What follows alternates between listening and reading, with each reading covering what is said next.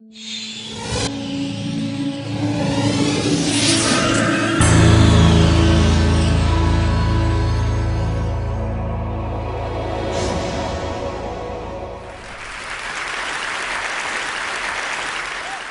a filmmaker. For the last 80 years, I have dedicated my life to documenting the work of Israelis and Palestinians who are trying to end the conflict using peaceful means. When I travel with my work across Europe and the United States, one question always comes up. Where is the Palestinian Gandhi? Why aren't Palestinians using nonviolent resistance?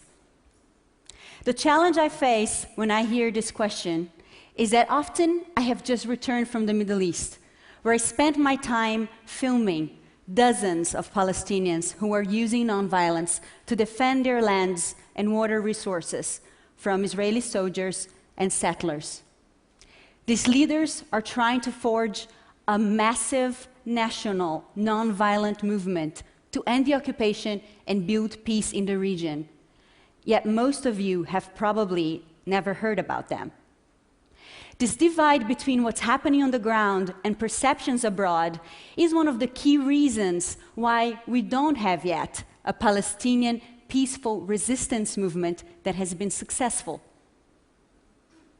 So I'm here today to talk about the power of attention, the power of your attention, in the emergence and development of nonviolent movements in the West Bank, Gaza, and elsewhere. But today, my case study is going to be Palestine. I believe that what's mostly missing for nonviolence to grow is not for Palestinians to start adopting nonviolence, but for us to start paying attention to those who already are. Allow me to illustrate this point by taking you to this village called Budrus. About 7 years ago, they faced extinction because Israel announced it would build a separation barrier, and part of this barrier would be built on top of the village. They would lose 40% of their land and be surrounded, so they would lose free access to the rest of the West Bank. Through inspired local leadership, they launched a peaceful resistance campaign to stop that from happening. Let me show you some brief clips so you have a sense for what that actually looked like on the ground.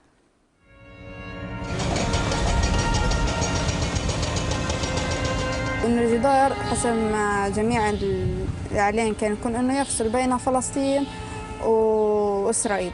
هون في بدرس إنه هي اكتشفنا إنه جدار لسلب الأراضي. The fence has, in fact, created a solution to terror. اليوم أنتم مدعوون لمسيرة سلمية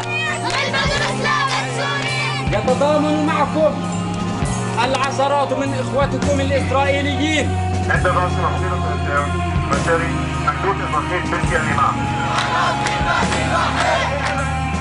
We saw the men trying to push the soldiers, and none of them could do that.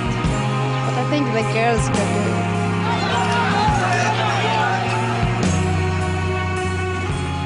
لازم إذا بدك تنجح تقيم مخك التقليدي. يعني كنا في اتفاق كامل وكنا حابين ان هذه تتوزع على كل فلسطين.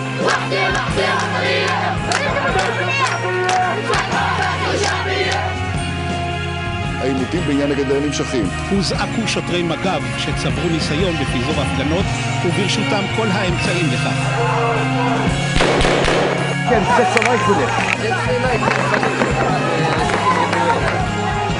הייתי בטוח שכולנו נמות, והנה האנשים מסביבי, שאפילו לא מתחפפים. A nonviolent protest is not going to stop the alternative defense. This is a peaceful march. There is no need to use violence. We can do it! We can do it! We can do it! When I first heard about the story of Budrus, I was surprised that the international media had failed to cover the extraordinary set of events that happened 7 years ago in 2003. What was even more surprising was the fact that Budrus was successful.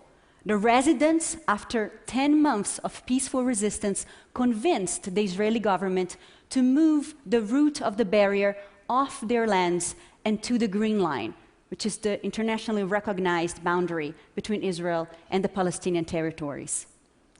The resistance in Budrus has since spread to villages across the West Bank and to Palestinian neighborhoods in Jerusalem. Yet the media remains mostly silent on these stories. This silence carries profound consequences for the likelihood that nonviolence can grow or even survive in Palestine. Violent resistance and nonviolent resistance share one very important thing in common. They are both a form of theater, seeking an audience to their cause. If violent actors are the only ones constantly getting front page cover and attracting international attention to the Palestinian issue, it becomes very hard for nonviolent leaders to make the case to their communities that civil disobedience is a viable option in addressing their plight. The power of attention is probably going to come as no surprise to the parents in the room. The surest way to make your child throw increasingly louder tantrums is by giving him attention the first time he throws a fit. The tantrum will become what childhood psychologists call a functional behavior, since the child has learned that he can get parental attention out of it. Parents can incentivize or disincentivize behavior simply by giving or withdrawing attention to their children. But that's true for adults too. In fact, the behavior of entire communities and countries can be influenced depending on where the international community chooses to focus its attention.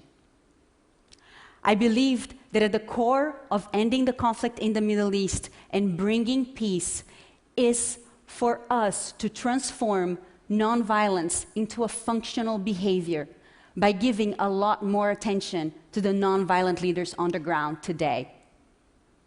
In the course of taking my film to villages in the West Bank, in Gaza, and in East Jerusalem, I have seen the impact that even one documentary film can have in influencing the transformation. In a village called Walaje, which sits very close to Jerusalem, the community was facing a very similar plight to Budrus. They were going to be surrounded, lose a lot of their lands, and not have freedom of access either to the West Bank or Jerusalem. They had been using nonviolence for about 2 years, but had grown disenchanted since nobody was paying attention. So we organized a screening. A week later, they held the most well-attended and disciplined demonstration to date. The organizers say that the villagers, upon seeing the story of Budrus documented in a film, felt that there were indeed people following what they were doing, that people cared, so they kept on going. On the Israeli side, there is a new peace movement called Solidariut, which means solidarity in Hebrew. The leaders of this movement have been using Budrus as one of their primary recruiting tools. They report that Israelis who had never been active before, upon seeing the film, understand the power of nonviolence and start joining their activities. The examples of Walaje and the Solidariut movement show that even a small budget, independent film can play a role in transforming nonviolence into a functional behavior. Now, imagine the power that big media players could have if they started covering the weekly nonviolent demonstrations happening in villages like Belain, Nielin, Walaje, in Jerusalem neighborhoods like Sheikh Jarrah and Silouan. The nonviolent leaders would become more visible, valued, and effective in their work. I believe that the most important thing is to understand that if we don't pay attention to these efforts, they are invisible, and it's as if they never happened. But I have seen firsthand that if we do, they will multiply. If they multiply, their influence will grow in the overall Israeli-Palestinian conflict. And theirs is the kind of influence that can finally unblock the situation. These leaders have proven that nonviolence works in places like Budrus. Let's give them attention so they can prove it works everywhere. Thank you. Thank you.